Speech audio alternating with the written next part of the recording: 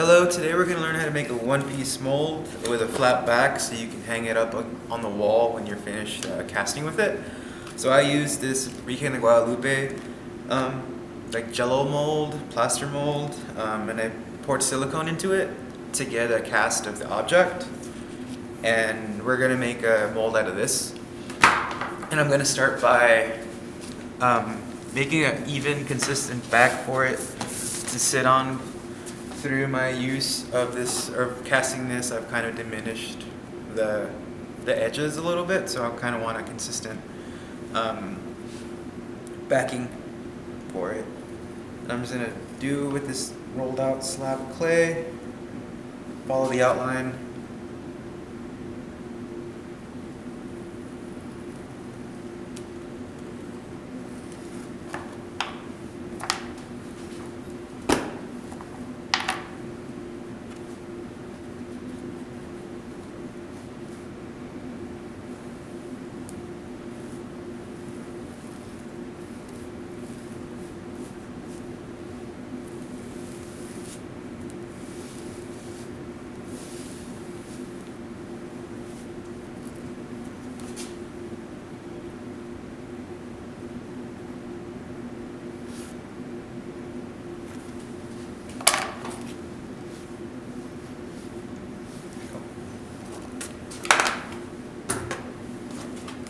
And that way I have a good clean edge to cast with.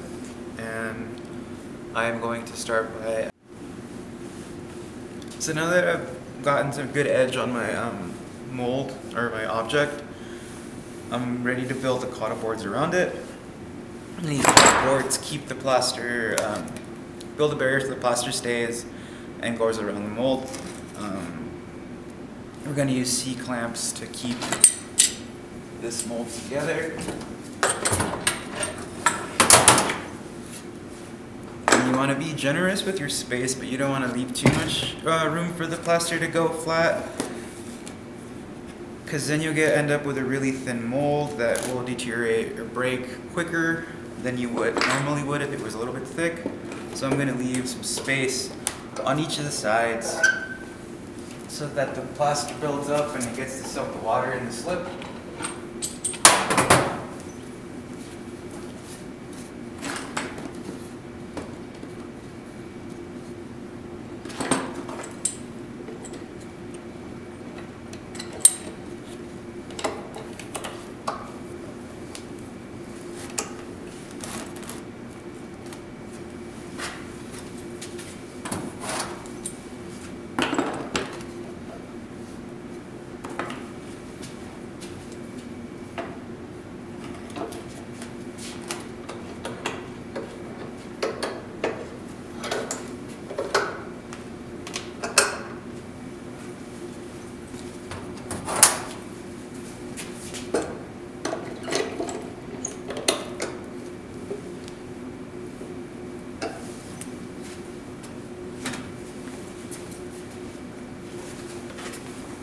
This part is very important. You want to grab some Murphy's oil soap or some Dawn dish soap, and you want to cover your object or coat your object with the oil, so that when you go to release, or it goes to release the mold out of the mold, and you're not stuck messing with it, moving it around.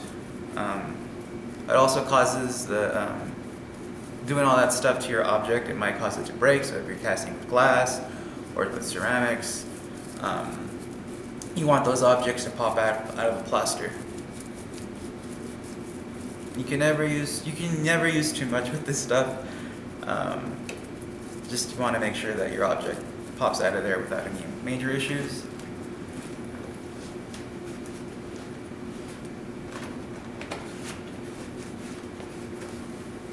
And this is also an important part. You want to use the excess clay that you have from maybe making a flat bottom for your object to line the edges of the outside of the cottle boards, because it really is not an airtight seal. The plaster and the water will escape, and you'll get a mess all over the floor, all over the table, whatever workspace you're working on. So you really want to make sure that you're going I'm pushing the clay really into the edge to avoid any of those kinds of accidents. I've been doing this for about 2 years, and every time I do it, I always forget one part of the mold, and I'll have to remix the plaster, and that's not fun.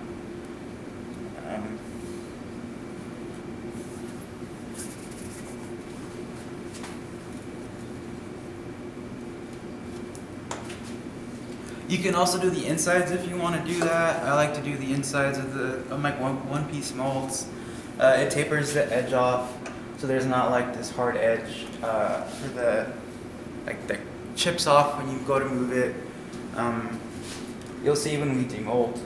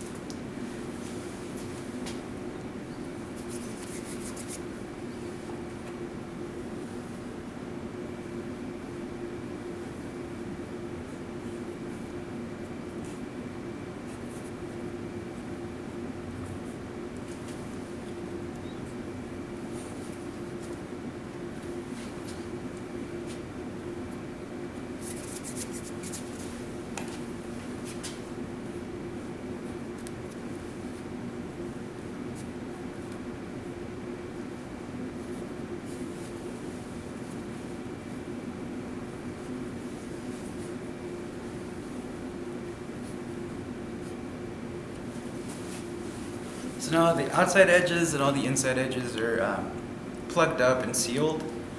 And now we get to mix the plaster. So now that we have the mold all ready to go, we're gonna mix the plaster. And you want to add the plaster to the water, and you really want to measure how much plaster you're using and reference how much water that is needed. Usually the ratio is 2 to 1 if you're using like a cup of yogurt or something, but since we're not doing that, I measured out 5.5 pounds of plaster. That will require 2 quarts of water, and you want to use cold water. So you want to add the plaster to the water, not water to the plaster. That way all the particles of the plaster get mixed up and you get a good slurry.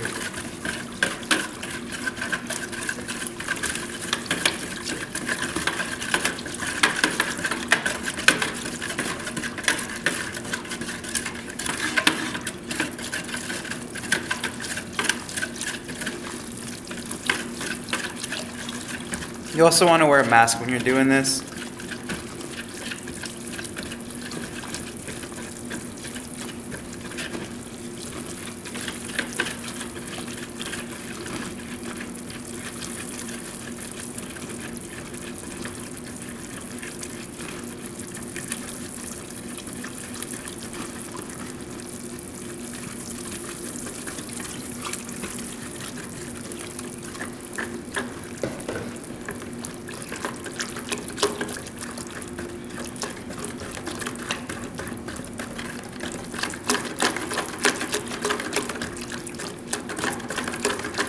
You want to make sure that the plaster is really mixed well.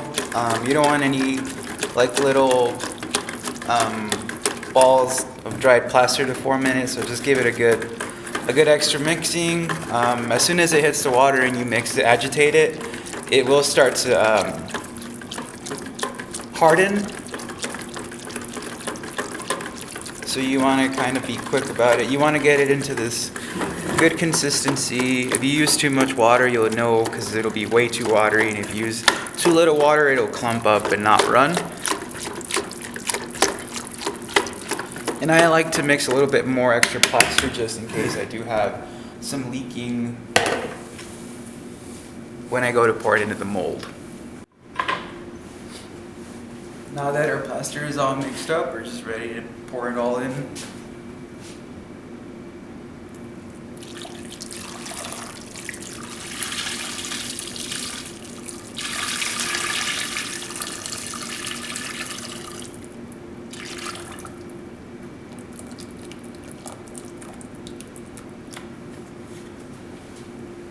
So now that the plaster is in there, I like to use these carts, or at least working on a cart, because I can shake it and have all these bubbles rise to the top.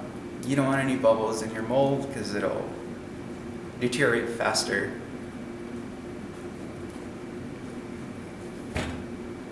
And sometimes even run my hand through it just to speed up the process if you're feeling impatient. You want to wash your hands right away afterwards though, so you don't want the plaster to dry up on your hands. It will cause your hands to be super dry and uncomfortable.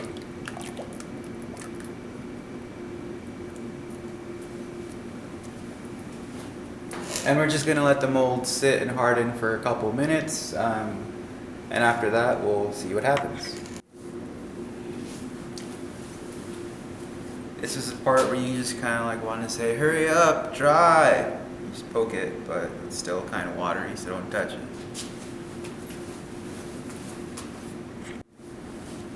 Right, so our plaster's sat for about 20 minutes, half an hour. It's stiff enough to where we can remove the C-clamps and the cauda boards. If you do this too early, you'll get your plaster to flow away from this like square rectangle that you want it to be in, and just cause you to waste all this material and your time. So you want to avoid that as much as possible.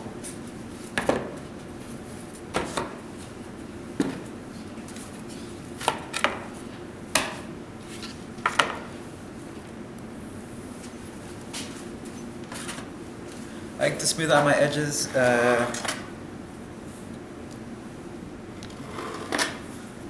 Just to avoid any like little fractures that could get into your slip or get into your object. You don't want plaster in your clay. It'd just be bad news.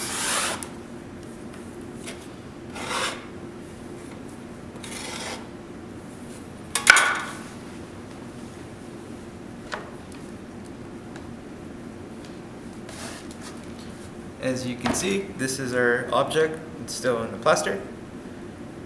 And by putting the clay over the edges inside the mold, we have this nice smooth edge with no sharp corners. It'd be easier to transport. You won't really stab yourself with whatever plaster bits may be there. And since the plaster's already stiffened up a bit, and you might have some overlap from where the plaster gets in between your clay and your object, and then we can pull out our silicone part of the mold. If I wouldn't have not used Murphy's oil soap, this would not have come out as easy as it did. So you make sure you want to use that. And we have a plaster mold of our Virgen de Guadalupe object. And this process of drying the mold takes about 3 days. You can put it out in the sun, hoping that it doesn't rain, or you can put it in front of some fans just to blow out all the moisture. And then we'll be ready to cast and make our one-piece artifacts.